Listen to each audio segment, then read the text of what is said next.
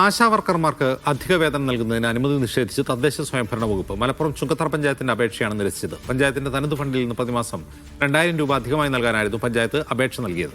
ആശാവർക്കർമാരെ തദ്ദേശ ഭരണ സ്ഥാപനമല്ല നിയമിച്ചതെന്ന് കാണിച്ചാണ് ആവശ്യം നിരസിച്ചത്.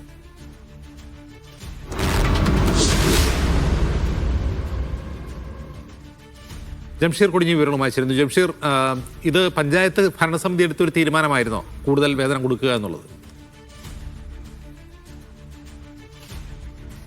അജിംസ, തീർച്ചയായിട്ടും. അതായത് പഞ്ചായത്ത് ഇത്തരത്തിൽ നമ്മൾ മനസ്സിലാക്കുന്ന പ്രകാരം UDF ഭരിക്കുന്ന പഞ്ചായത്തുകളിലൊക്കെ തന്നെ ചില പഞ്ചായത്തുകളിലൊക്കെ ഇത്തരത്തിൽ അധിക തുക, അതായത് ആശാ വർക്കർമാർക്ക് അധിക തുക നൽകാമെന്നുള്ള ഒരു തീരുമാനം എടുത്തിരുന്നു എന്നുള്ളതാണ് നമ്മൾ മനസ്സിലാക്കാൻ കഴിയുന്നത്.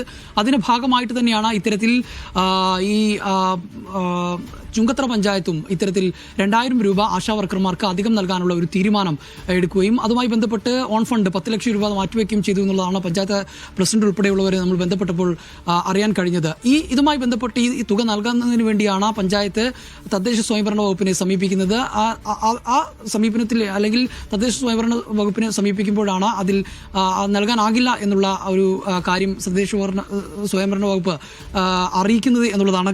മന്ത്രി MP രാജേഷിന്റെ അധ്യക്ഷതയിൽ വികേന്ദ്രീകൃത ആസൂത്രണ സംസ്ഥാനതല കോർഡിനേഷൻ യോഗം ചേർന്നിട്ടുണ്ട്. ആ യോഗത്തിലാണ് ഇതിന് കഴിയില്ല, അതായത് തദ്ദേശ സ്വയംഭരണ സ്ഥാപനങ്ങളല്ല ആശാവർക്കർമാരെ നിയോഗിച്ചതെന്ന് കാണിച്ചുകൊണ്ടാണ് അനുമതി നിഷേധിക്കുന്ന ഒരു സാഹചര്യം ഉണ്ടായിരിക്കുന്നത് എന്നുള്ളതാണ്.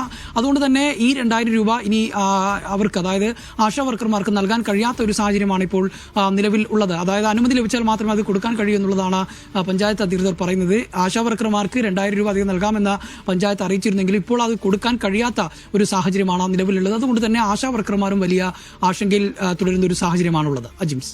ശരി ജംഷീർ.